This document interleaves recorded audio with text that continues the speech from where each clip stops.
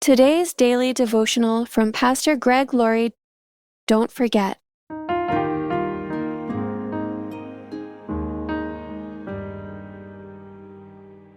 What joy for the nation whose God is the Lord, whose people he has chosen as his inheritance. Psalm 33:12.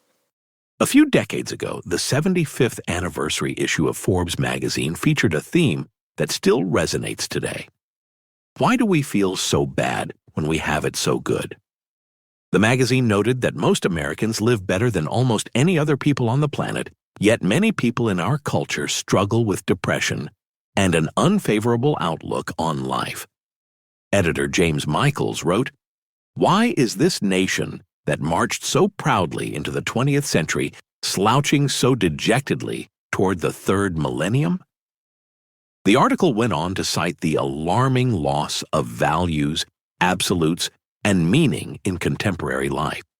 What's gone wrong? The person on the lowest rung of the economic ladder in America still has it better than most other people in the world today. We enjoy things that citizens of other countries can only dream about, yet we still have a sense of emptiness. Why?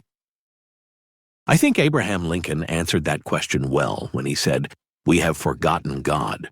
We have forgotten the gracious hand which preserved us in peace and multiplied and enriched and strengthened us, and we have vainly imagined in the deceitfulness of our hearts that all these blessings were produced by some superior wisdom and virtue of our own." President Lincoln was right.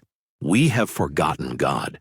And it's even truer today than it was when he made that proclamation in 1863.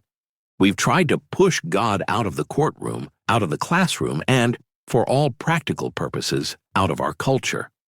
As a result, we've lost the joy, fulfillment, and sense of purpose that come from remembering, celebrating, and obeying our Heavenly Father.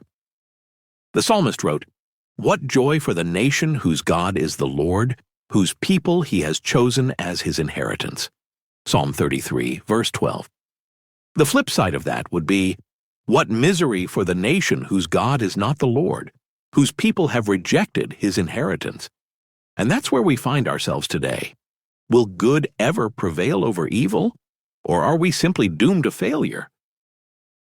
The answer to America's problems isn't political, it's spiritual. We need to turn back to God. We need to take him at his word.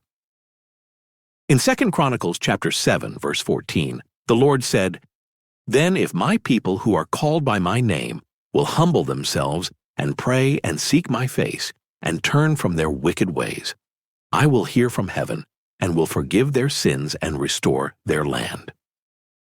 Therefore, it is my belief that our country has two choices before it. One is judgment.